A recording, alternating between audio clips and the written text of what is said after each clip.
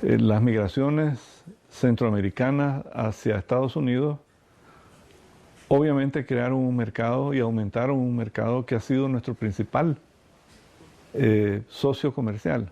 El CAFTA contiene elementos mucho más integradores que cualquiera de los instrumentos de integración centroamericana.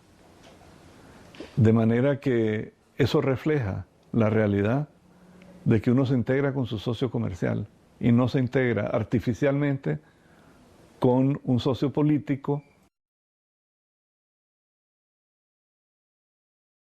Nosotros, en vez de adoptar un proceso de integración, de adaptar un proceso de integración, quisimos adoptar uno. Y uno no puede adoptar en este campo cosas que no le corresponden a la realidad de Centroamérica. Pero llegamos a tener un protocolo de Guatemala y un protocolo de Tegucigalpa al proceso de integración, los políticos ciegamente creyendo que el proceso político del protocolo de Tegucigalpa era suficiente para hacerlo todo. Los del lado económico también ciegamente creyendo que con solo poner en orden las cosas económicas se iba a lograr la integración. Y ninguno de los dos se quiere poner de acuerdo entre los dos. Yo creo que la región necesita un solo tratado, dejando por fuera a dos organismos y dejando un solo organismo para conducir el proceso de integración centroamericana.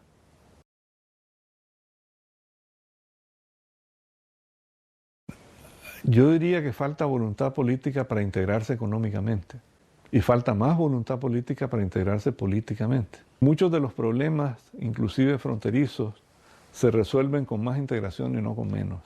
En 1960, Centroamérica y la Unión Europea estaban en el mismo paso, en la misma etapa. Ambos tenían una zona de libre comercio. Aquí en 1960 estábamos con zona de libre comercio y Europa con zona de libre comercio.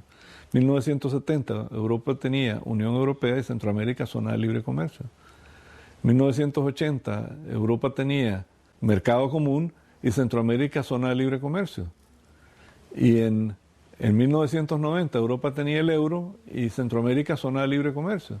Todo lo demás es de sobra si no hay el propósito de llegar a la Unión Habanera. Y no se puede llegar a la Unión Habanera si no hay un acuerdo sobre la agricultura. Entonces yo vuelvo a lo mismo. Aquí estamos estancados en el proceso por falta de un acuerdo sobre la agricultura.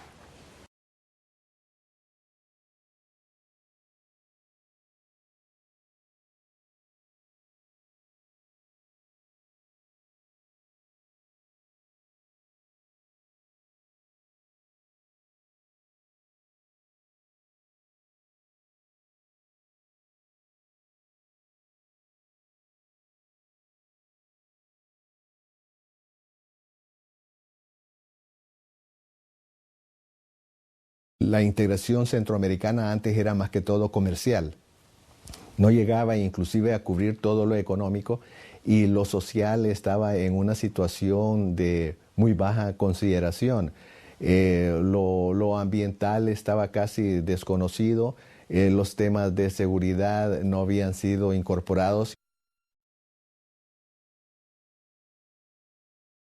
El protocolo de Tegucigalpa vino a recoger toda la herencia histórica positiva de lo que había sido el proceso de integración comercial anterior, más todos los aportes que habían hecho los presidentes en el sentido de hacer renacer la esperanza de los pueblos por gobiernos más democráticos, por estados más humanistas, y así surgió el objetivo final, el propósito final del sistema de la integración centroamericana, que es la de constituir una región de paz, libertad, democracia y desarrollo, en el cual el centroamericano y la centroamericana tengan las condiciones de seguridad necesarias para participar en el desarrollo humano de su comunidad, de su estado y de Centroamérica. Al comienzo nos preguntaban qué países extranjeros nos estaban orientando para la elaboración de ese esquema.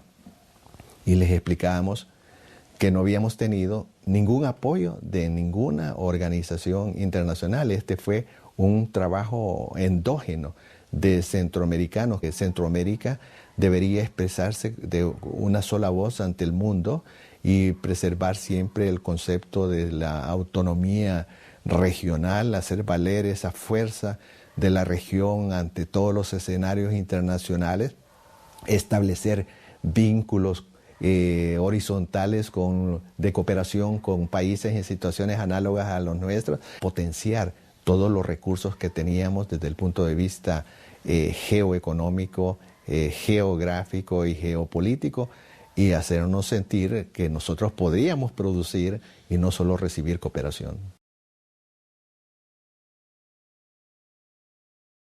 Hemos avanzado, pero como sucede en los países, los avances han sido más formales que reales. Nosotros tenemos toda una serie de convenios, tratados entre nuestros países centroamericanos que ya forman parte de toda la estructura normativa del sistema de la integración centroamericana, pero no se aplican efectivamente en su totalidad y muchas veces se obvia su aplicación. Hemos tenido un mayor incremento del comercio intrarregional. Hemos logrado desarrollar una mayor conciencia sobre el medio ambiente en Centroamérica. La participación de la sociedad civil ya se ha consolidado bastante, aunque todavía necesita de algunos estímulos e impulsos. Tenemos todo un esquema formal que es muy avanzado, pero lo que necesitamos es que los gobiernos se sometan a la obligación de aplicarlo.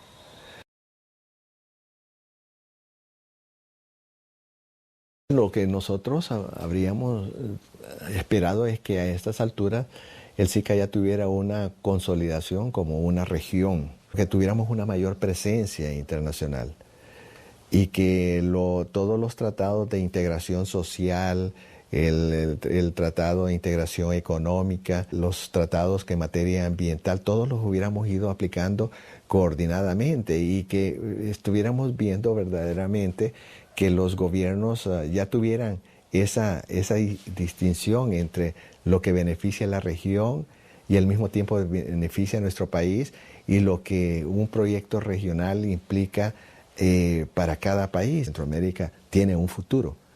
Pero ahora hay que hacer algo más concreto y algo que pueda ser compartido por la sociedad y consultado con la sociedad. En realidad el proceso de integración no va a avanzar mientras no se incorpore efectivamente la sociedad. La sociedad haga suyo el proceso y creo que ahí tenemos que trabajar mucho más.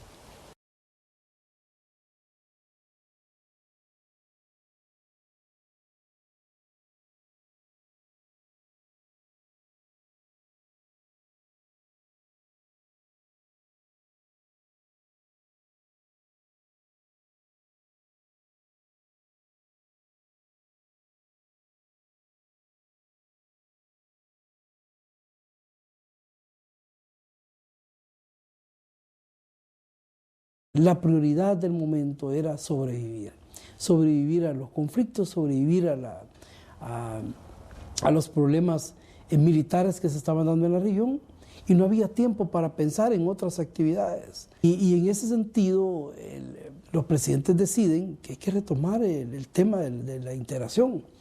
Y ellos se reúnen nuevamente aquí en San Salvador y surge un mandato en la cumbre de San Salvador, en 1991, y se crea un grupo de trabajo con representantes técnicos de cada uno de los países.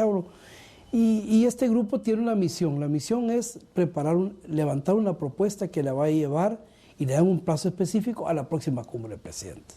Entonces, en ese sentido, me honro, tengo el honor de haber participado de ese grupo por parte de la Cancillería de El Salvador y de otros colegas con los cuales también tuvieron una alta participación en la construcción de la estructura funcional que sería ahora el sistema de la integración centroamericana. ¿Por qué se llama sistema de la integración centroamericana? Bueno, se puso de moda la teoría de los sistemas en esa época y pensamos que los sistemas dan una forma de articulación y ven el proceso de integración como un todo. Una visión holística, diría, del proceso. No es la visión parcializada que se dio en la década de los 60, donde todo estaba orientado fundamentalmente a lo comercial, a lo económico. El nuevo modelo sistémico nos daba la oportunidad de tener una visión global y darle prioridad tanto a lo social, a lo político, a lo ambiental, a lo cultural, como a lo económico. Yo creo que esa es la forma como se define un nuevo modelo basado en la teoría de los sistemas.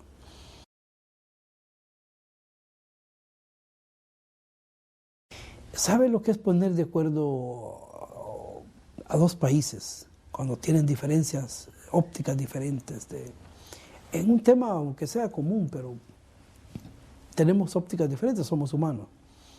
Pero poner de acuerdo a 7 Estados miembros, con diferentes visiones, diferentes intereses, diferentes perspectivas, diferentes ideologías en algún momento, podríamos pensar. Entonces, y nosotros somos el sándwich, somos el jamón del sándwich, donde nosotros tenemos que buscar cómo conciliamos un interés que está en un extremo contra el que está en el otro extremo. Llegarlos al punto de convergencia, al punto de negociación, al punto de interés de las partes. Y hay que lidiar con todos. Y la Secretaría del SICA tiene que satisfacer a los 8 estados. Eso es bien difícil.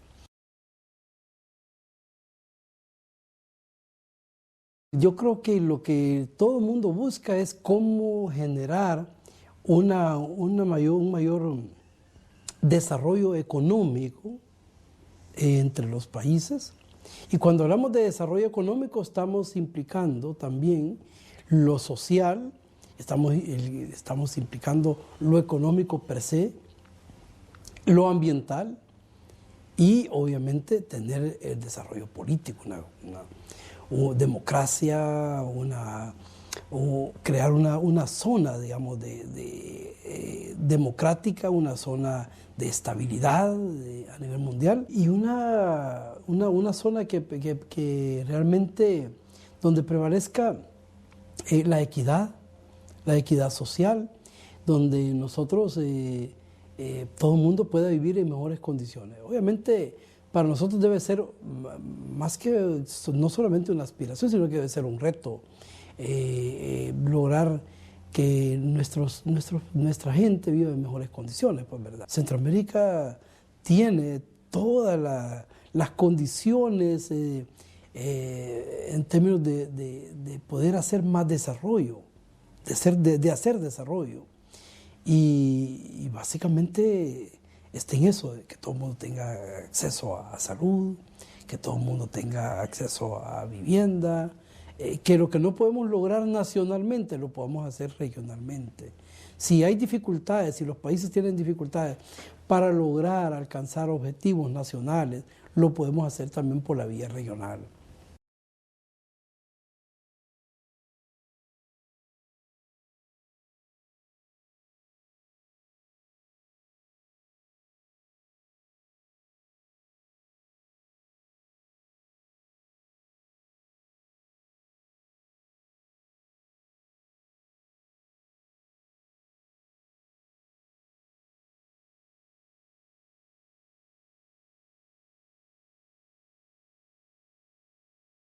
Las personas creen que Esquipulas fue un elemento histórico, un tema coyuntural. No, Esquipulas está vivo, es una llama ardiendo en Centroamérica que preserva las posibilidades de supervivencia de las próximas generaciones. Inclusive, no va a haber una Centroamérica sin paz, no va a haber una Centroamérica sin democracia y no va a haber una Centroamérica sin desarrollo. Los 3 grandes pilares sobre los cuales se edifica esta nueva concepción de Centroamérica.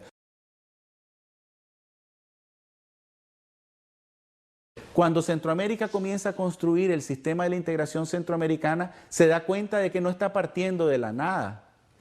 No solamente tiene una historia de unidad, ¿verdad?, en el pasado, sino que además de eso ha construido un acervo de valores, de principios y de visiones en las negociaciones de paz del grupo de Contadora y del grupo de apoyo, y en las negociaciones de paz de Esquipulas II.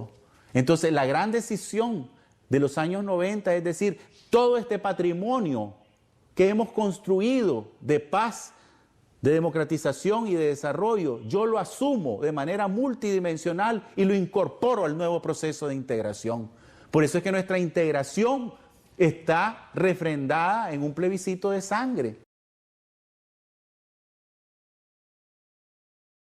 Yo creo que el Parlamento Centroamericano y su creación fue un elemento trascendental porque fue como una especie de símbolo de la reconciliación y de la aspiración centroamericana de que todos juntos podíamos, en primer lugar, ser capaces de reunirnos y trabajar. Nosotros teníamos una agenda común importante, no se trataba de reunirse por reunirse, sino una agenda común importante de pacificación y democratización. Siempre hubo como mucha, más bien, fuerza en la idea de que teníamos que salir de la guerra, que teníamos que salir de las dificultades democráticas que amenazaban a Centroamérica para emprender ese otro gran desafío del desarrollo.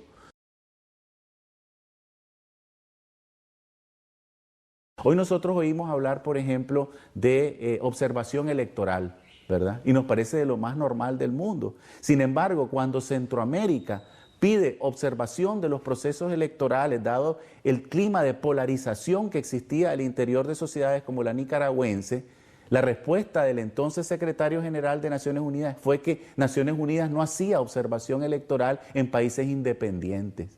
Y nos correspondió a nosotros convencerlo de que había un mandato y que Naciones Unidas tenía que ponerse al servicio de Centroamérica. Y es así que se da por primera vez en la historia humana la observación electoral desde las Naciones Unidas. ¿Cómo puede funcionar una integración que no respeta el principio de universalidad? Es decir, que todos los estados parte del SICA deben pasar a formar parte también de los tratados e instituciones creados en ese proceso. Entonces tenemos un SICA fragmentado, en donde unos países son parte del Parlamento y otros no. Unos países son parte de la Corte y otros no. Unos países son parte del sistema de integración económica y otros no. Ese es el imperativo de universalidad que nosotros debemos cumplir. El otro imperativo que está feneciendo en Centroamérica también es el imperativo de la política de Estado. La integración no es una política que pueda estar sujeta al vaivén de los cambios de administración cada 4, 5 o 6 años. Tiene que ser una política con continuidad, una política de los estados, no de los sucesivos gobiernos que llegan al poder cada tanto tiempo.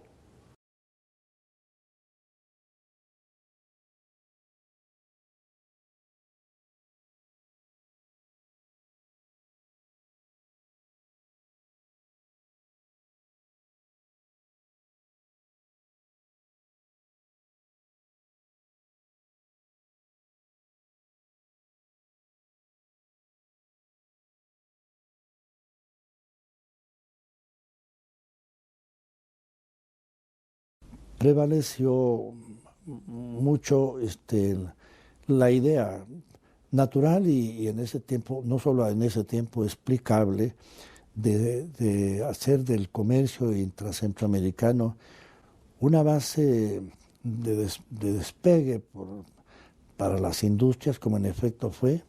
Era además el tiempo de la sustitución de importaciones para la industrialización, no una tesis que prevaleció en el mundo completo, ¿no? Sí. En este sentido, valdría la pena subrayar que avanzó tan rápido el proceso porque en realidad los gobiernos, indistintamente de su fisonomía política, tenían una vocación innegable por la integración. Cambiado el modelo de sustitución de importaciones por el de libre mercado y la libre competencia, así con el mismo fervor con que los gobiernos se habían adherido al paradigma de la sustitución de importaciones, se adhirieron a con el mismo fervor, ¿verdad? En aquel tiempo, aunque se hablara de exportación de productos industriales, no era lo que interesaba el mercado centroamericano.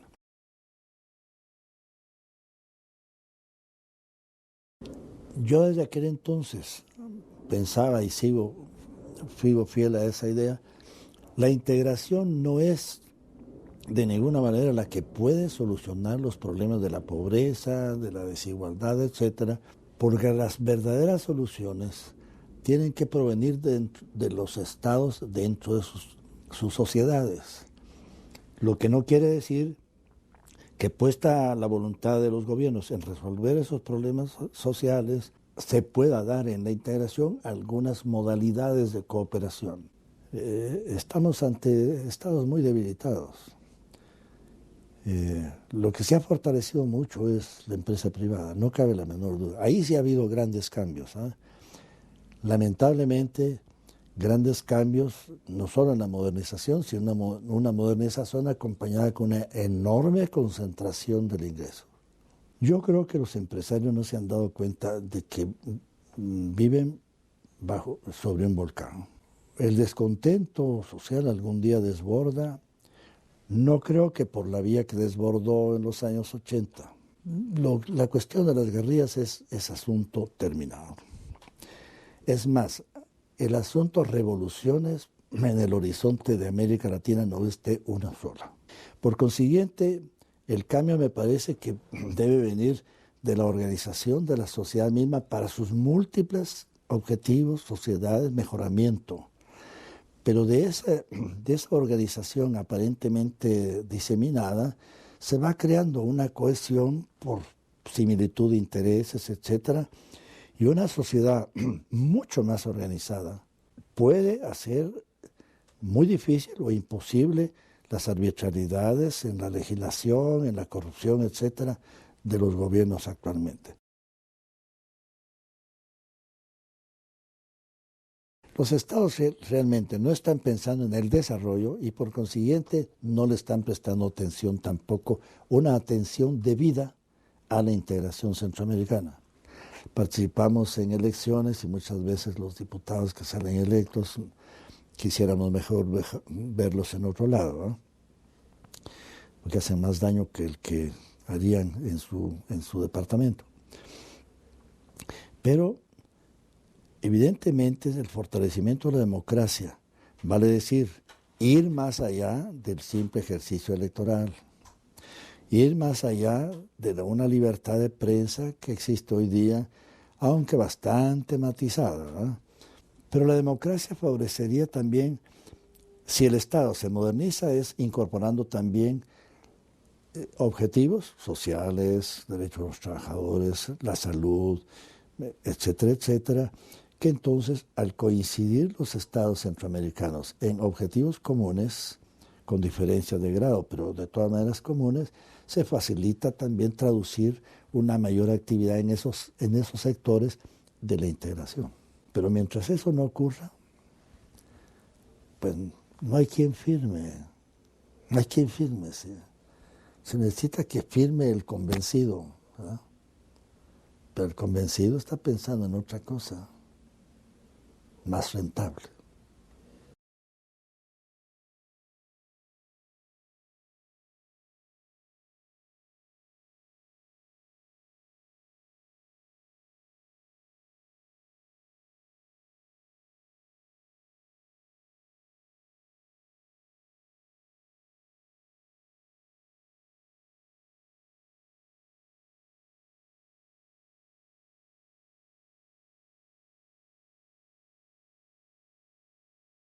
Alguna gente ha dicho que la ODECA nació para ser como un brazo político de los Estados Unidos.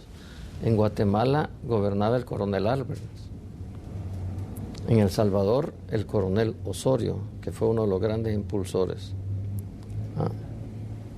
En Honduras, no recuerdo si todavía estaba Carías en este momento, pero era lo menos importante. En Nicaragua estaba Somoza y en Costa Rica gobernaba don José Figueres Ferrer, ex miembro de la Legión del Caribe, ¿verdad? O sea, era un conjunto de presidentes muy variados políticamente. La ODECA fue un intento de diálogo político en la región. Sustituir esos viejos sueños de generar de una vez una federación regional que fracasaron y hasta guerras nos produjeron, por un proceso de diálogo político similar al que se abría a partir del año 48, cuando la Unión Panamericana se convirtió en la OEA. Era como la reconstrucción de la patria grande centroamericana con un sentido práctico que se le daba a la economía en ese momento. Hay que recordar que es una época de ilusiones de cambio, no necesariamente cambios revolucionarios en el sentido marxista, sino cambios modernizadores.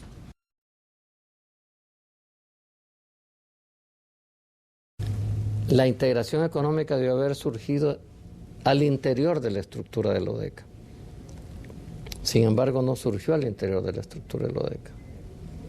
Las discusiones internas centroamericanas no fueron lo más adecuado, sino que se desarrollaron afuera en el Comité de Cooperación Económica, si mal no recuerdo, del Istmo Centroamericano, que tenía la CEPAL, donde los ministros de Economía aparecían casi como funcionarios de la CEPAL, a través de la sede de México, que comenzó a promover, y hay que decirlo básicamente con algunos dirigentes empresariales y gubernamentales salvadoreños y guatemaltecos, la idea de un tratado que involucrara a los 5 países centroamericanos.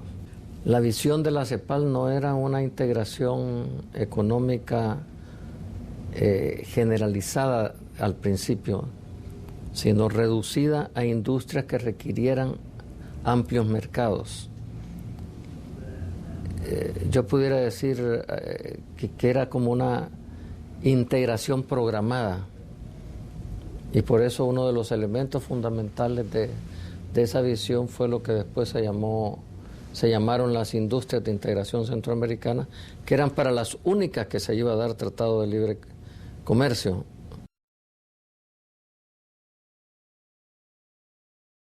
La integración es un efecto de una intencionalidad de modernizar e industrializar los países, pero la aceleración que genera afecta los comportamientos de los actores sociales. Yo te he dicho muy simplemente esto, pero aquí se generaron problemas al modernizarse el país. O sea, poco a poco los maestros se fueron convirtiendo en personas independizadas del poder político, ¿verdad? El nacimiento de Andes 21 de junio no fue una casualidad histórica, ¿verdad? La iglesia misma se comenzó a preocupar muy rápidamente de las consecuencias de las medidas de industrialización, ¿verdad?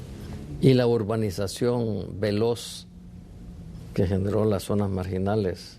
Pero en El Salvador, Honduras y Guatemala, los ejércitos jugaban su papel de defensores de los intereses oligárquicos hasta que Estados Unidos requería, por razones geopolíticas, que jugaran el papel de brazo largo del ejército norteamericano y se volvían reformistas. O sea, los ejércitos oscilaban entre posturas terriblemente conservadoras y posturas terriblemente, reformistas en el sentido de la época, no estoy hablando de socialistas. Después de la Segunda Guerra Mundial, los ejércitos centroamericanos jugaron un papel reformista. Creo que a veces se hacen análisis demasiado mecánicos porque eliminamos o vemos al ejército simplemente como expresión del imperio norteamericano, para usar el término clásico, y excluimos su relación con la oligarquía, o hacemos otra simplificación. Decimos que la oligarquía siempre es aliada de Estados Unidos, y a veces no, ¿verdad?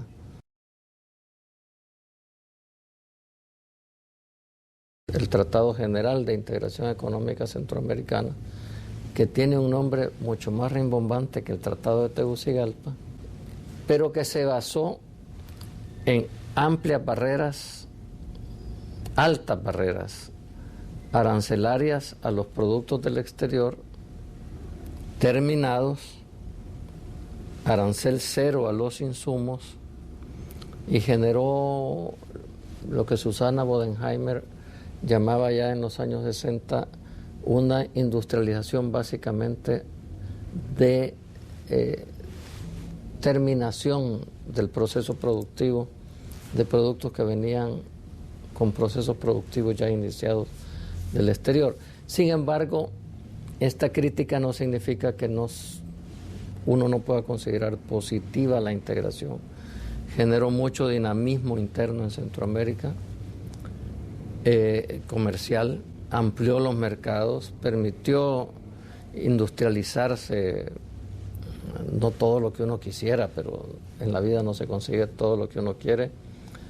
Se modernizaron los países centroamericanos, cambiaron, se urbanizaron mucho los países, perdieron bastante su carácter bucólico y así comenzó a desarrollarse la integración centroamericana.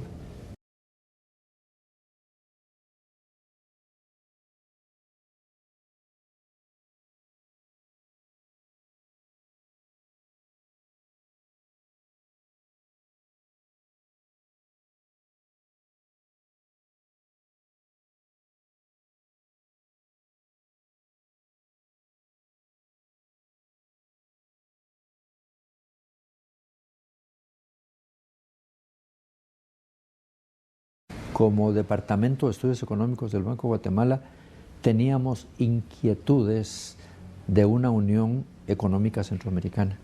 No teníamos definición, solamente llegamos a nivel de inquietudes.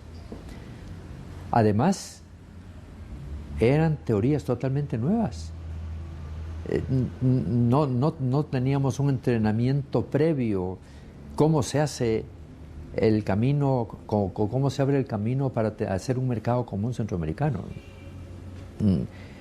Era un poco como hablar otro idioma. Cuando hay entusiasmo, cuando hay realmente convencimiento, cuando hay vocación, como que se hacen menos difíciles que cuando no existen todos estos valores. Y entonces ellos se encontraron con algo muy interesante, que fue una pléyade de jóvenes profesionales que venían, algunos de ellos, de una formación en universidades del exterior. La gente que se formaba en el exterior en la década de 1950 del siglo pasado, pues era muy poca. Si todavía es reducida, en esa época era contada con los dedos, ¿no?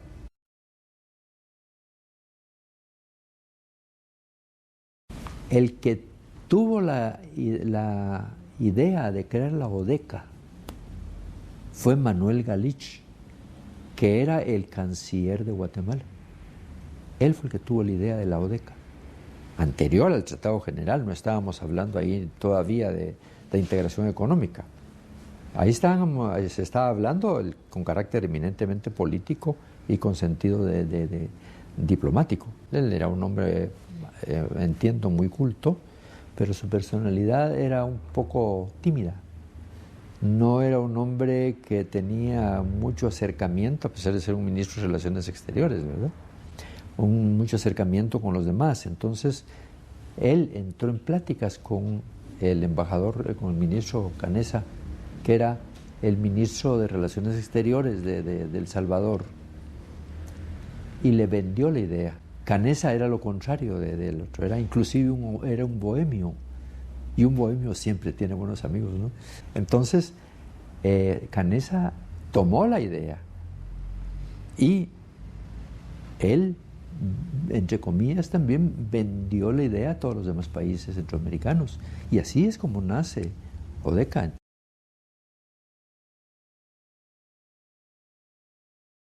Guatemala, El Salvador y Honduras, que han sido casi siempre los mayores impulsores de estos programas. Entonces, este tratado multilateral tuvo grandes avances.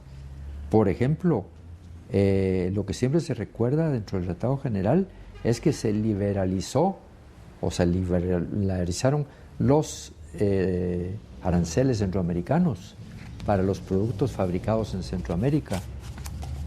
Y es cierto, pero eso se logró en el Tratado Multilateral, de tal manera que si la memoria no me falla, y ya debería fallarme a estas alturas, ¿verdad? Si la memoria no me falla, creo que se incorporaron o se liberaron aranceles para 290 grupos de los aranceles centroamericanos. Y esto fue lo que aprovechó el Tratado General después. Ya estaba dado el salto. Nicaragua lo que hizo fue asentir. Y Costa Rica también. Hay un cambio de la posición ideológica, porque anteriormente era un proceso, un programa que respondía a una concepción ideológica que era un desarrollo hacia adentro y que estaba acompañado de la protección fundamentalmente a la industria para que pudiera crecer, reducir la competencia y hasta que estuvieran ya suficientemente maduros poder entrar al mercado, porque había una preparación de las empresas para salir al mercado. Entonces ahí lo que predominaba era el desarrollo hacia adentro. Dentro del modelo actual, que es un concepto eminentemente ideológico también, es lo contrario.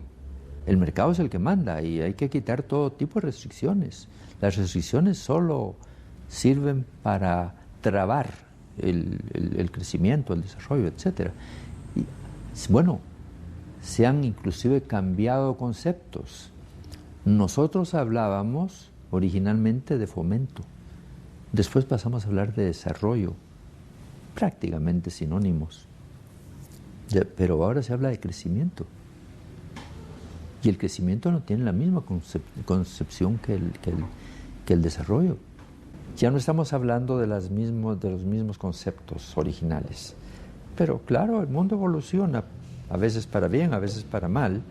Y yo creo que seguimos adelante con ese tipo de programas.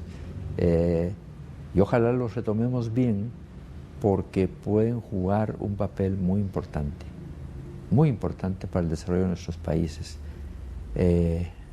Yo sí creo que tenemos derecho a construir una Centroamérica mejor. Dios quiera que así sea.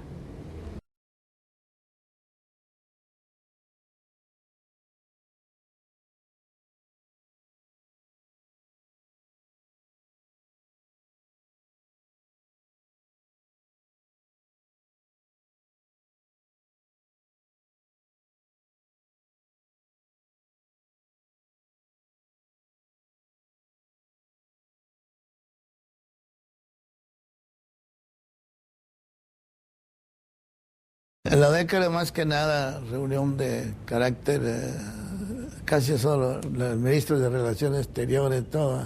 Cuando nosotros decidimos acelerar, no quisimos consultar mucho con ellos porque ellos son relaciones políticas, más que nada son muy cautelosos, es natural, en las relaciones internacionales ser cautelosos, pero los instrumentos se depositaban ahí de la firma, al aprobar a los congresos, se depositaban en la Organización de Estados Centroamericanos. Pero sí, yo confieso que nos acercamos mucho a los ministros de Relaciones porque realmente temíamos que empezaran ellos con cautelas, con esto y el otro.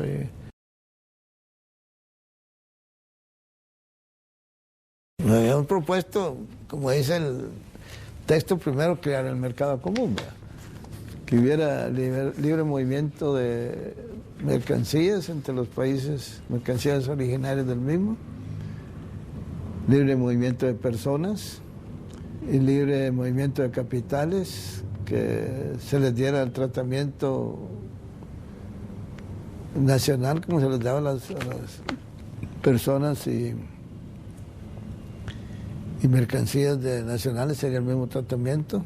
El propósito era acelerar la integración. Se contemplaba la Unión Aduanera, se contempló el Banco Centroamericano, que lo que estábamos haciendo era sentando las bases para que el centroamericano del año 2000 considerara la posibilidad de unirnos políticamente. Esa era la ilusión que yo tenía, la imaginación, ¿verdad? Subestimando la capacidad de autodestrucción que tenemos los centroamericanos. Porque de uno y otro país ahí siempre hay fuerzas en contra de la integración.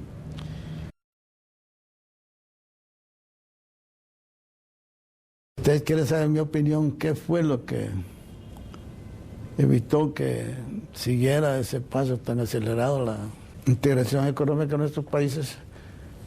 Mi opinión fueron los golpes militares, fueron las fuerzas armadas de cada país, de los 3 del norte. El primer golpe militar fue contra el presidente Diego Fuente en Guatemala. El segundo fue contra el presidente Lemos en El Salvador. Y el tercero, el 3 de octubre del 63, fue contra nuestro presidente Evo Morales aquí en Honduras.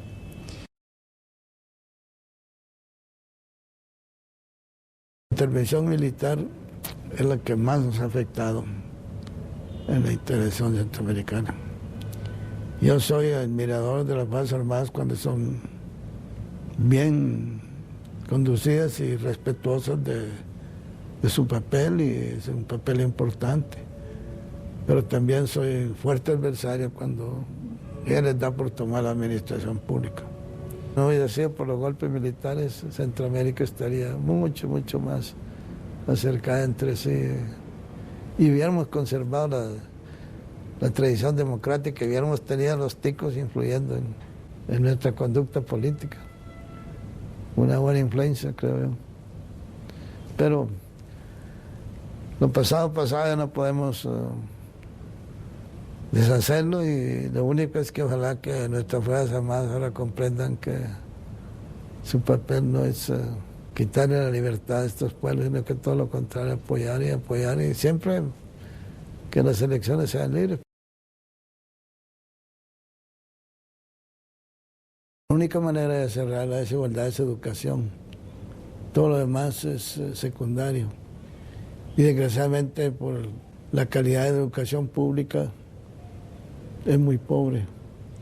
Y precisamente si vamos a cerrar la brecha entre los que tenemos o tienen algo, solo puede ser dándole una buena educación a los niños y niñas de las clases de menores ingresos. Todo pueblo se preocupa por lo que llaman seguridad alimentaria. Es decir, pues tener garantizado, porque sin alimentos no podemos subsistir. Lo primero que se busca es la producción nacional de alimentos. Usted ve Europa, Estados Unidos subsidian su producción muchas veces para garantizar que la tienen. Lo mismo tiene que ser en Centroamérica. ¿Qué falta? Es pura voluntad política. En todos los países ha habido gente que se opone a una integración acelerada. Poco a poco, a medida que mejoran las comunicaciones, a medida que nos conocemos mejor y que hay inversiones cruzadas, pues avanzando, pero vamos muy lento. Lo esencial es la voluntad política de nuestros líderes. Falta mucho, mucho que hacer, y sobre todo la voluntad de nuestros líderes políticos, la voluntad de acercarse más. Eso es, y hacer sacrificio, naturalmente. Todos sacrificamos en bien de unirnos. Yo espero pues que los organismos centroamericanos vayan fortaleciéndose, pero la base es la voluntad política. No hay voluntad política, todos van a arrastrar los pies y ir lentos.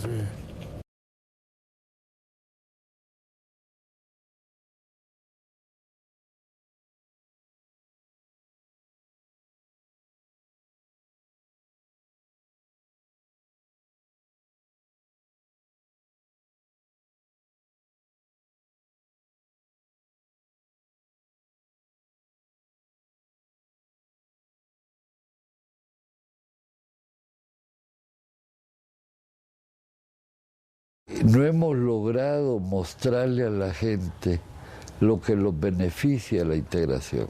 Aunque hoy vivimos en una época distinta de la globalización, pero durante esos años nunca los que se podían beneficiar de eso eran la gente que estaba en las fronteras. Tú ibas a la frontera de Guatemala, te ibas a la frontera de Honduras y veías una cantidad de salvadoreños y guatemaltecos cruzando y viviendo básicamente del trabajo que les daba esa integración, que nunca la pudimos vender porque había características políticas distintas. Y para empezar, una de las grandes tragedias nuestras es la poca inversión social, la poca inversión en la educación. La integración no ha logrado tener un horizonte estable. Y ese es el problema de los países. Porque no sabes qué va a pasar. No sabes quién va a poder conseguir que le cambien las ventajas en su país. Viene la integración y empieza a ir amarrando, a veces por intereses, a veces por las regulaciones que tiene. En ese momento era importante, porque era un poco focalizar en Centroamérica sin pensar en el deporte. Acuérdate que las relaciones nuestras eran jugamos contra Guatemala o jugamos contra Costa Rica. Digo, la gente era donde sentías, había pues comentarios de la cultura guatemalteca, de la cultura nica, de los poetas y los literatos de Nicaragua, había comentarios de la gente de Costa Rica, pero la ODECA significó, por lo menos simbólicamente, un tener que ver a Centroamérica como una unidad. No te digo que no le existiera en círculos privilegiados, que hubiera esa conciencia, pero en la gente no teníamos un punto de referencia de que tuviera que estar Centroamérica unida. Estamos siempre peleando. No, es que se lo voy a adelantar Guatemala. Es que eso... Digo, pues ¿por qué no ponerse de acuerdo y aprovechar las ventajas de unos y las ventajas de otros? O sea, yo entiendo que los intereses arruinen el juego, pero hay ciertas reglas básicas. Hay ciertas reglas básicas que debían de estar, que debían de ser de país y de región, más allá de los intereses locales, porque primero es la región, y no nos equivoquemos, tiene que ser la región. ¿Qué peso tiene el SICA dentro de los países? Tú lo que te encuentras es, y tal vez esto es un poco duro, pero que sea entendido en el buen sentido de la palabra, tú te encuentras con instancias burocratizadas que proponen hacer 100 cosas en lugar de hacer prioridades. No es que no vamos a hacer lo otro, pero tenemos un horizonte, una teleología que nos lleva a estos objetivos que son los que más urgen en Centroamérica. Yo creo que eso haría una diferencia.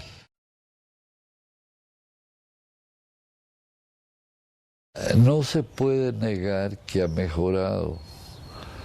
Sin embargo, no hay una decisión unánime de que la integración y que Centroamérica es importante. A pesar de estar viendo que el mundo, la única manera que nos quiere ver es como región, no nos quiere ver como pedacitos. Ya nos lo dijo la Comunidad Europea, todo el mundo nos dice. Entonces, la oportunidad de integrarnos es fundamental. El sueño centroamericano sí se puede aprovechar como lo está aprovechando la Comunidad Europea y las diferentes comunidades para tratar de buscar maneras de aprovecharse. Si van a haber cadenas productivas, pues, o sea, aquí las tenés a 2 pasos. O sea, ¿por qué no aprovechar las posibilidades?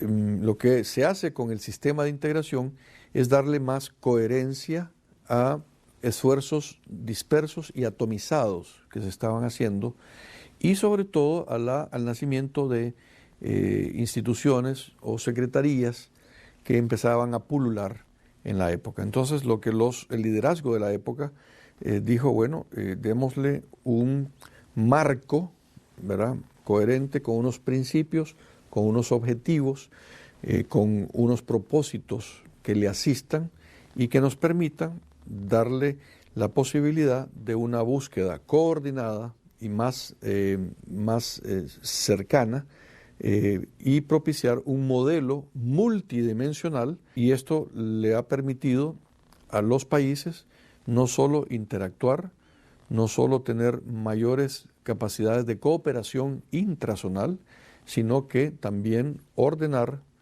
armonizar la cooperación internacional para hacerla llegar equitativamente en los 8 y de una forma impactante, favorablemente hacia los ciudadanos y las ciudadanas centroamericanas.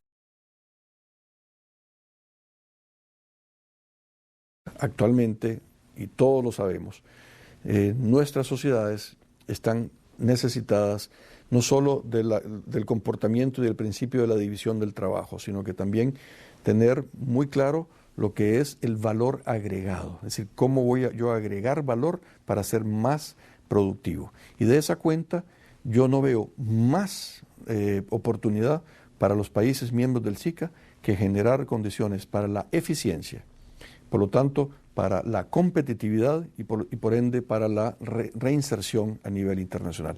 Y en eso es clarísimo de cómo cada país centroamericano tiene sus propias ventajas competitivas, que si las ponemos al servicio y por ende en una coordinación de esfuerzos, podemos tener niveles mucho más altos de eficiencia y por lo tanto niveles mucho más amplios de competitividad para el bien de todos. Esto pues creo yo que es un proceso importante, que la armonización que se puede hacer desde una entidad como los procesos de integración son claves para generar no solo esa confianza, sino que también las bases mínimas en un proceso de robustez y de concordia a nivel centroamericano. En América tenemos poco más o menos unos 20 aeropuertos internacionales. Tenemos poco más o menos unos 23 puertos marítimos con categoría internacional o mundial. Tenemos un canal interoceánico. Repito, tenemos un tratado de libre comercio con uno de los mercados más grandes del mundo, si no el más grande del mundo, los Estados Unidos de América.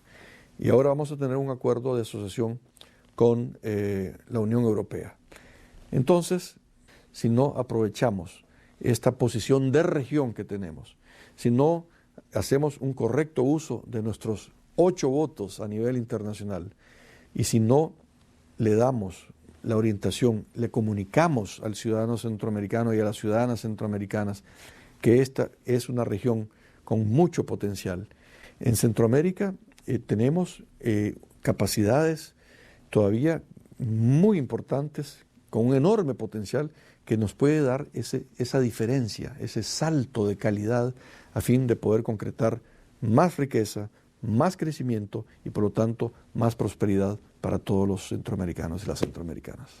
Es muy importante también destacar que en este periodo el esquema, el modelo centroamericano ya no es únicamente de índole comercial, sino que es multidimensional. Es decir, nosotros queremos aprovechar la oportunidad y sobre todo las experiencias, y en este caso el acompañamiento de la cooperación internacional en temas, repito, como el de nutrición, en temas como el de alertas tempranas para las calamidades y las catástrofes, en temas como el de la seguridad democrática, por supuesto, en temas como la cohesión social, en temas como la parte medioambiental, en temas naturalmente como el fortalecimiento institucional. Es un seguro de paz, de estabilidad y naturalmente de la preservación de la democracia, porque a las instituciones hay que cuidarlas. A las instituciones se fortalecen a través de su funcionamiento, a través de la proactividad y cercanía con el ciudadano y las ciudadanas centroamericanas. Y sinceramente el SICA coadyuva a ese esfuerzo. Y si no, veámoslo con las prioridades establecidas por los presidentes, por los jefes de Estado y de Gobierno. empezando por la seguridad democrática, empezando también por la cohesión o inclusión social y naturalmente el tratamiento de medio ambiente y de las catástrofes.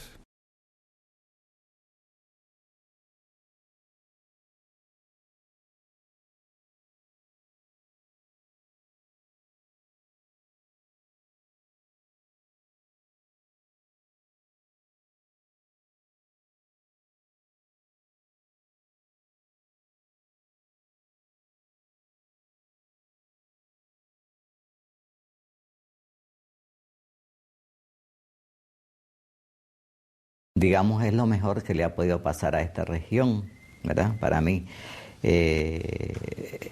No digo que no hayan habido problemas, pero sí, Centroamérica sin integración no sería la que es con este proceso de integración, ¿verdad? Centroamérica en los 50, y si la vemos en el año 2011, sería otro panorama si los países no hubieran decidido en algún momento tomar acciones de integración.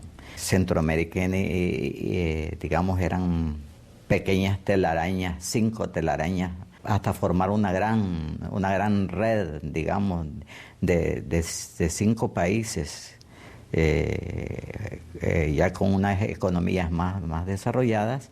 Eso, sin embargo, tiene un proceso, digamos, de derrame del crecimiento económico hacia los aspectos sociales, que bien aprovechado o mejor aprovechado por parte de los gobiernos o de las entidades que han dirigido Centroamérica, se hubiera traducido en un mejor desarrollo social, en un mejor desarrollo ambiental y en un mejor desarrollo político, ¿verdad?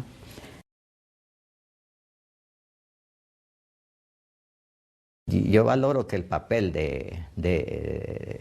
del Banco Centroamericano con la infraestructura creada, de la SIECA con el mantenimiento del aspecto económico de la integración y del SICA a partir de su creación para acá con el mantenimiento de la institucionalidad, son las 3 instituciones que han venido sustentando este proceso de integración, que no debemos desmayar y que debe continuar en el futuro. Si de algo estoy seguro es que la integración no podemos echar pasos hacia atrás, ni en lo económico, ni en lo social, ni en lo político, ¿verdad?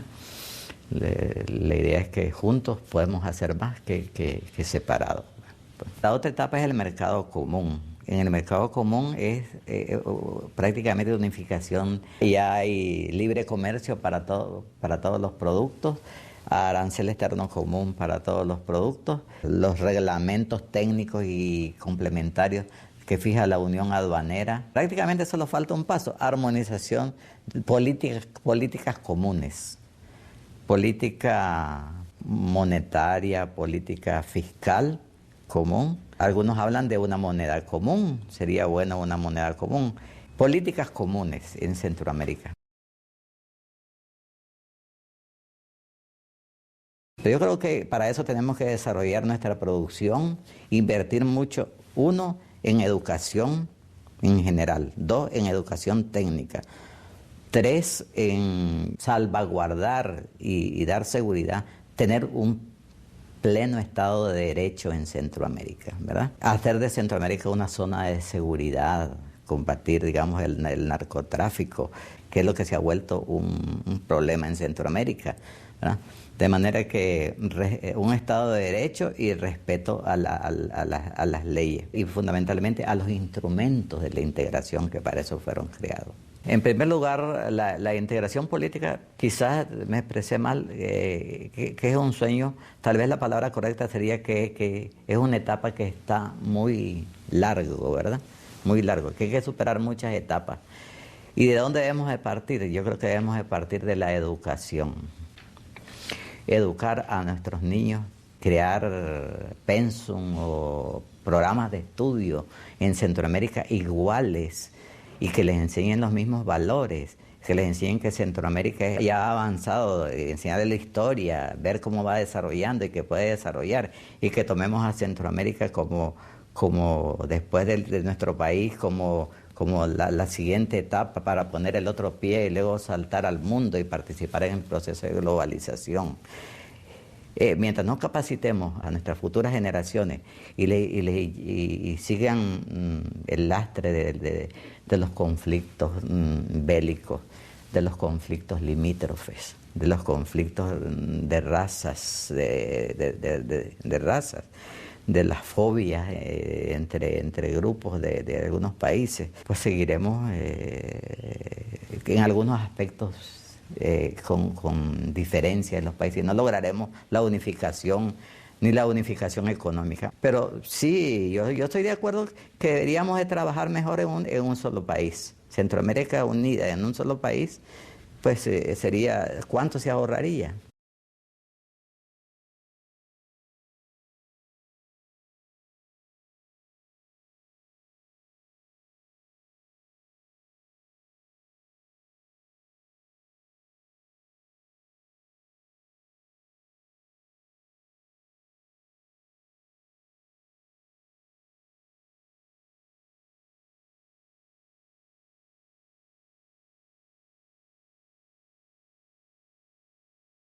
En el 72 ya tenemos una crisis muy grande económica en Centroamérica que se suma a la propia crisis de la integración. Y yo siempre lo he dicho, en Centroamérica siempre vamos como superponiendo crisis por nuestra propia debilidad estructural, nuestra vulnerabilidad que tenemos como países, como economía, como región, que viene por la vulnerabilidad, pues está no solo en el terreno económico, social, ambiental, político.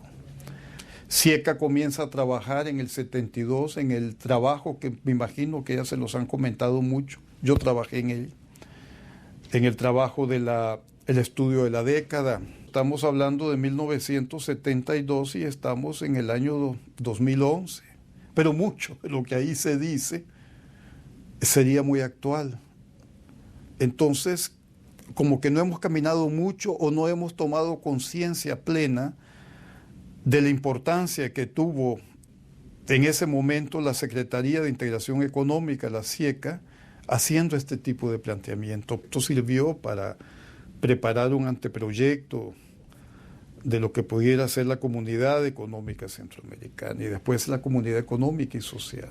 Creería que es el estudio más serio, técnico, que se ha emprendido en Centroamérica desde ese entonces. No se ha vuelto a hacer eso. El estudio de la década fue realmente una verdadera radiografía del desarrollo en Centroamérica a nivel sectorial.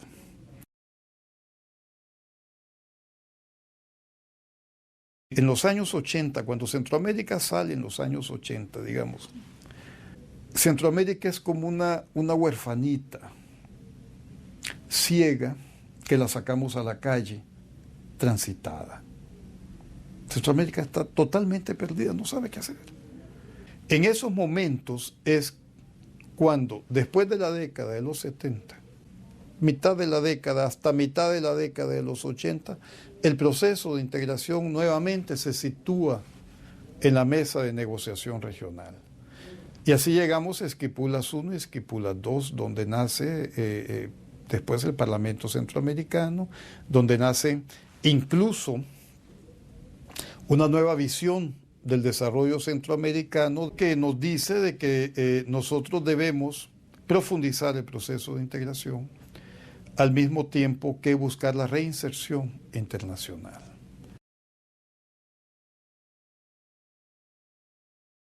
Entonces, ¿qué pasó después de los acuerdos? ¿Qué ha sucedido? Los acuerdos nos abrieron al mundo, los acuerdos nos posibilitaron pues todo lo que vino, el desarme, la adopción y los procesos democráticos. ¿Qué valor tienen los procesos democráticos? Por favor. La adopción de estrategias en donde el individuo centroamericano, el ciudadano centroamericano vuelve a tener la importancia que siempre debió haber tenido, donde el poder militar queda supeditado al poder civil dentro de procesos democráticos. Esto es importantísimo. Entonces, Esquipulas I y II es pues un momento de cambio en Centroamérica, no solo político, sino cambio también en la integración. Sin Esquipulas 1 y 2, la integración no estaríamos en el estadio en que estamos. Pero la verdad es que no se puede concebir un proceso actual, después de Esquipulas y después del protocolo de Tegucigalpa a la ODECA, sin democracia. O sea, la democracia es la base. ¿Y por qué? Porque es participativo, porque este es un proceso que procuraría ya no ser intergubernamental nada más. Este es un proceso de los pueblos. Debería ser un proceso de los pueblos. Si nosotros queremos un proceso de integración moderno, un proceso de integración que pueda ir de la mano todos los sectores, la única manera de hacerlo es a través de un sistema como el que tenemos. Está lejos de ser perfecto, pero sí estamos claros que hay una gran atomización y estamos claros que el proceso tiene que ser permanentemente cambiado, modificado, tiene que tener nuevas aperturas, tiene que tener reingenierías y tiene que tener sobre todo objetivos muy claros. Lo que es impresionante es que este es un proceso de integración que haya pasado por guerras, que haya pasado por momentos tan álgidos y que aún sobreviva. Entonces hay un sustrato que no es específicamente ni el comercio ni la integración nueva. Quizá haya que ver el proceso de integración también dentro de una vertiente histórica.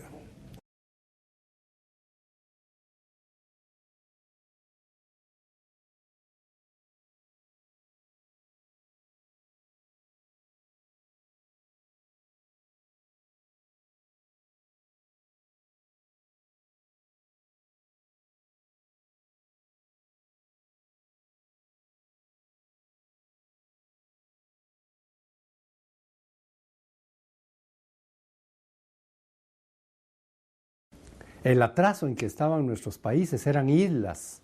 No teníamos comunicación ni por buenas carreteras, más bien había que vadear ríos para ir a El Salvador o para ir a Honduras. No conocíamos qué pasaba en Nicaragua ni qué pasaba en Costa Rica.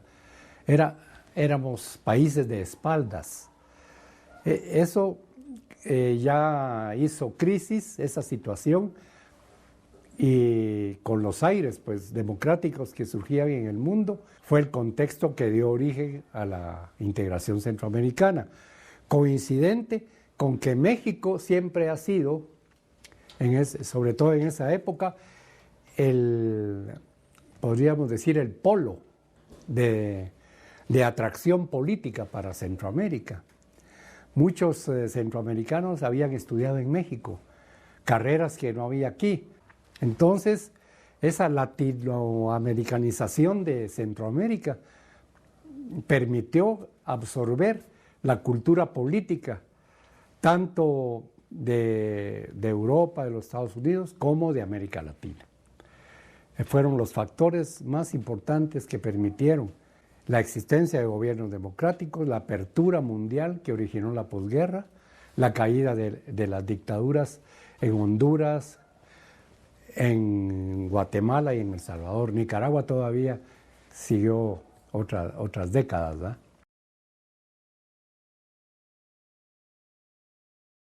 Bueno, el haber sido la primera organización regional, ¿verdad? Segundo, el haber representado la conciencia centroamericana, la unidad, la aspiración de la unidad. Revivió la aspiración a la integración centroamericana en lo político, en lo económico, en todos los campos. También logró una etapa de negociación entre los países, que al ya no estar la ODECA, estos años había un vacío, porque solo estaba el campo económico hasta después que entra el SICA. Pero el SICA ya no tiene la misma fuerza de negociación, sino que más bien la ley del consenso. Y la ley del consenso, si se rompe, como es el caso actual, Nicaragua ya no está asistiendo a los eventos, a las reuniones del SICA. Y si no, el presidente no va, sino que manda a veces al vicepresidente si nos va muy bien, o a un ministro, o si no, al embajador en donde va a ser la reunión, ¿verdad? El embajador de Nicaragua ahí. Cito esto porque ya vamos a llegar a 2 años del golpe de Estado de Honduras y el SICA está invertebrado, pues. En la ODECA es cierto que hubo crisis, pero empujó a Centroamérica a lo que somos hoy. Tenemos una infraestructura envidiable, regional, la interconexión eléctrica, por ejemplo, con México, con Colombia, el desarrollo rural integrado a través de los proyectos estos fronterizos, ¿verdad? Que son muy importantes. Entonces la ODECA sembró la semilla, fue la pionera, y por eso al final le fue mal, ¿verdad? Como sucede con todos los visionarios, ¿verdad? Que terminan sacrificados, ¿verdad? Entonces la ODECA tenía un secretario general. Al principio un secretario general adjunto, un departamento cultural y educativo, un departamento económico y social, un departamento social y laboral. Y las demás divisiones, pues más de servicios, digamos, protocolo, asesoría jurídica. Pero era un grupo de 10 personas, ¿verdad? Y ellos propusieron una serie de tópicos, de materias que la ODECA tenía que trabajar en ese campo: unificación de la legislación, unificación del sistema de transportes, las carreteras, el libre tránsito en Centroamérica. La integración de Centroamérica es pionera en América Latina y quizás en el mundo. Al fin y al cabo, la integración se ha basado en una modernización de la sociedad. Como le digo, Centroamérica estaba de espaldas entre sí, ahora ya no es así. Ahora estamos ante una integración de hecho también. Los bancos, las empresas, todas tienen su sucursal o su agencia en cada país. Hay bancos de Guatemala en Costa Rica y bancos de Costa Rica en Nicaragua, Bueno, ya hay una fuerza de la integración de hecho. En lo político también. Ya nada es ajeno, más ahora con la edad digital, ¿verdad? En que estamos. La información, la explosión de la información. Entonces, pero todo eso no hubiera sido posible sin la ODECA y también sin la integración económica, que modernizó el aparato productivo, creó instituciones conjuntas en las que los centroamericanos podíamos participar y trabajar, y luchar, y soñar, y hacer lo que muchas veces solo un país no podía hacerlo.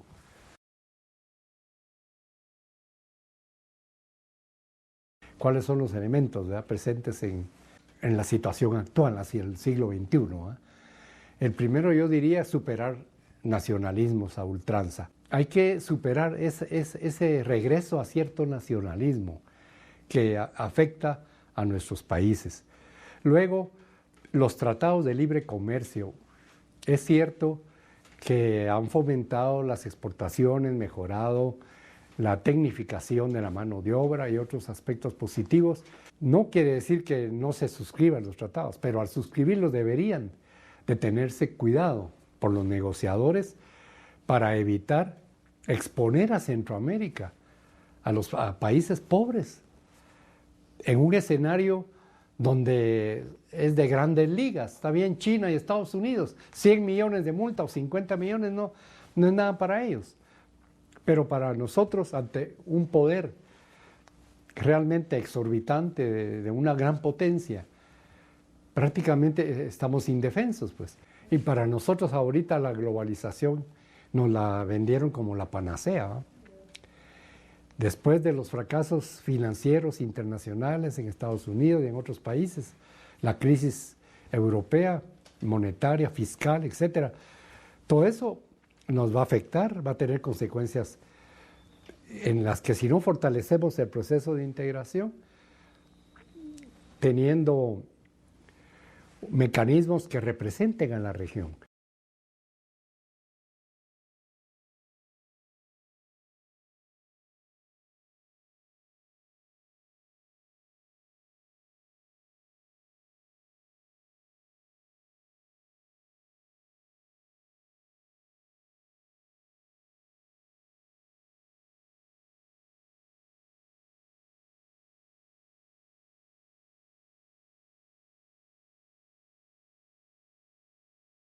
Debemos darle mucho más importancia a la integración de los pueblos.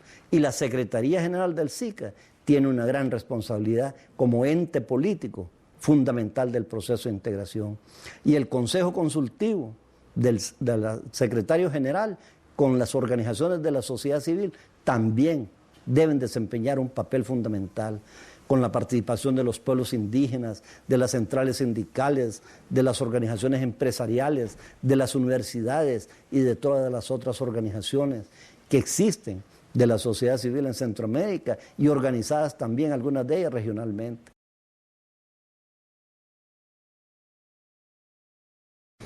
El profesor Cherini, un ilustre italiano que trabajó mucho con el proceso de integración europea y centroamericano, todavía hace unos 14 años, no menos, en el 2005 nos comentaba cómo los europeos venían a estudiar el proceso de integración centroamericana.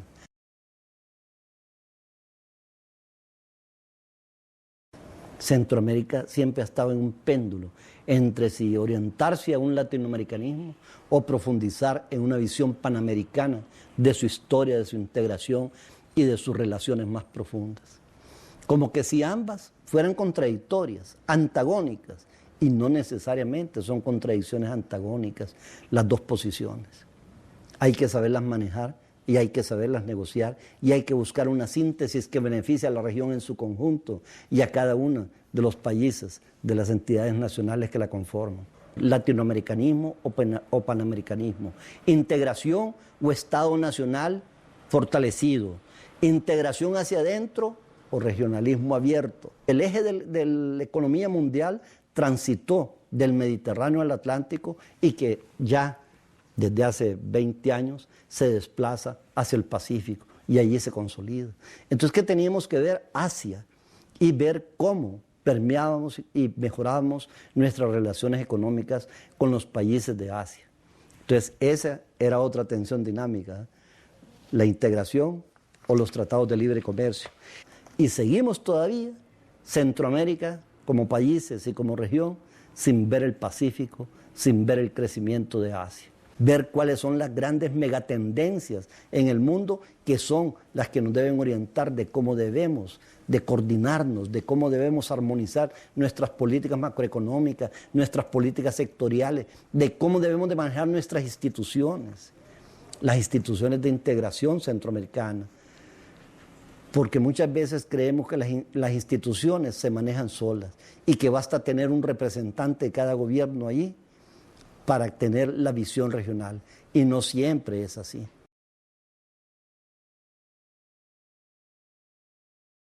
Tenemos que, por un lado, generar un mayor desarrollo interno, pero también un desarrollo institucional. Necesitamos, además de la normativa jurídica, de los tratados, de los convenios, de las declaraciones, de los acuerdos, necesitamos el desarrollo de la institucionalidad, necesitamos esa visión holística, comprensiva y estratégica, y necesitamos el carácter. El tema cultural para mí es fundamental. Lo único que no me gusta hablar de industria cultural.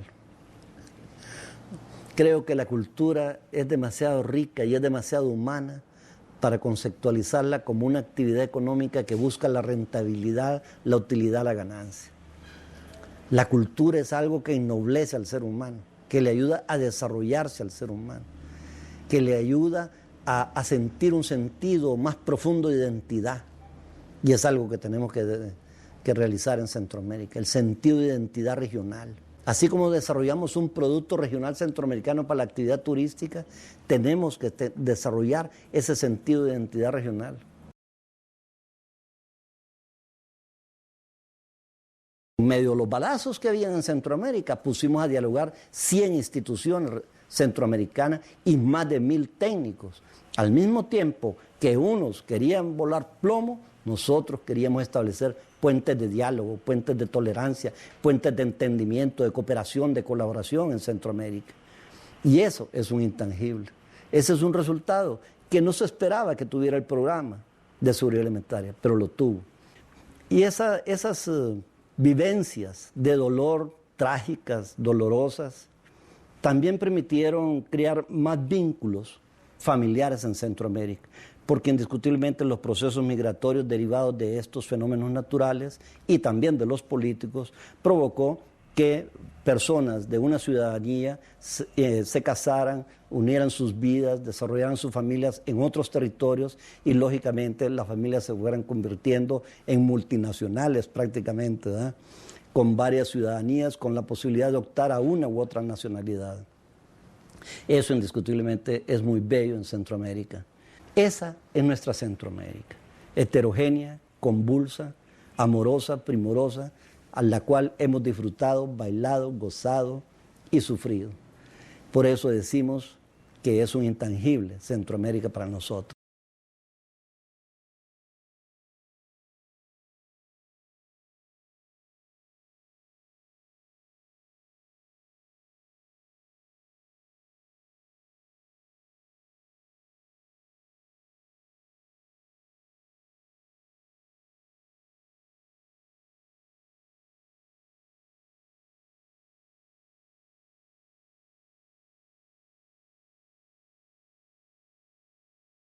¿Cuáles son las ventajas de un sistema? Que es un todo coherente y que tiene vinculaciones entre ellos. Entonces se creó un sistema, que es el SICA, que aglutina todas las instituciones regionales. Se trataba ¿qué? De tener un mando único, tener objetivos únicos y buscar en la manera de lo posible que las acciones de cada parte fueran complementarias. Esa es la idea central. Entonces ahora tenemos un sistema general que coordina todo eso. Entonces aquí está la parte económica, aquí está la parte social, aquí está la parte ambiental, aquí está la parte tecnológica, aquí está la agricultura, hay un secretario general, el secretario general junta todo eso, plantea todo eso, se lo pasa a una gerencia, la gerencia ahora de la integración son los señores cancilleres de la República. Ellos digieren todo eso y lo pasan al máximo nivel político, que son los presidentes los que toman la decisión.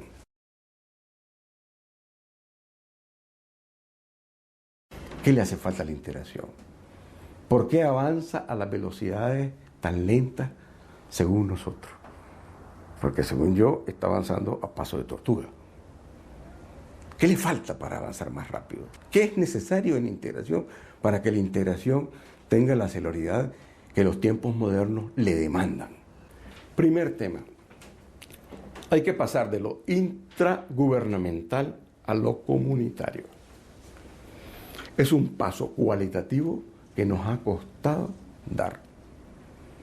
Tenemos que pasar de toda esa función intragubernamental que hay, en que los gobiernos tienen sus propios intereses, y hay intereses más importantes, que nos pusimos de acuerdo todos los países, decir cuáles son los puntos en común en que se vamos a empujar estos 5 años. El segundo para mí es fortalecer a las instituciones regionales. No puede ser que las instituciones regionales sigan dependiendo, como usted me decía anteriormente, de los presupuestos nacionales que dan año con año. Deben de tener autonomía propia para que puedan pensar más tranquilos y no desgastarse anualmente en ir a pedir, a suplicar o a exigir que se les brinde la cuota. Se gasta mucho tiempo y un esfuerzo inútil. Creo que los países deberían de estar conscientes de que tener instituciones fuertes es tener una integración fuerte también. Si quieren integración hay que fortalecer al SICA, fortalecer al Parlacén, que ahora ya le dieron nuevas atribuciones, fortalecer a la Corte Centroamericana de Justicia y al resto de las organizaciones de carácter centroamericano. Y el tercero, que es el tema apasionante, que tengo ya 6 años de estarlo trabajando, con mucha pasión, por cierto, Daniela, y es que la integración queremos hacerla una integración con olor a pueblo. ¿Cómo incorporar a la sociedad civil a la integración? ¿Cómo hacer que la integración centroamericana sea puesta en las manos de esa sociedad civil? El abanico y la canasta de integración se han hecho tan grandes, ¿ves?, que los cumplimientos se hacen más difíciles. La verdad es de que la integración es la única ruta que tiene Centroamérica para salir hacia el futuro. Y el último elemento básico que nosotros tenemos con nuestros estudiantes es la globalización. Cómo la integración se encuentra con la globalización. Arañamos el futuro e insertamos la integración a futuro y vemos qué papel debe jugar la integración hacia el futuro de Centroamérica.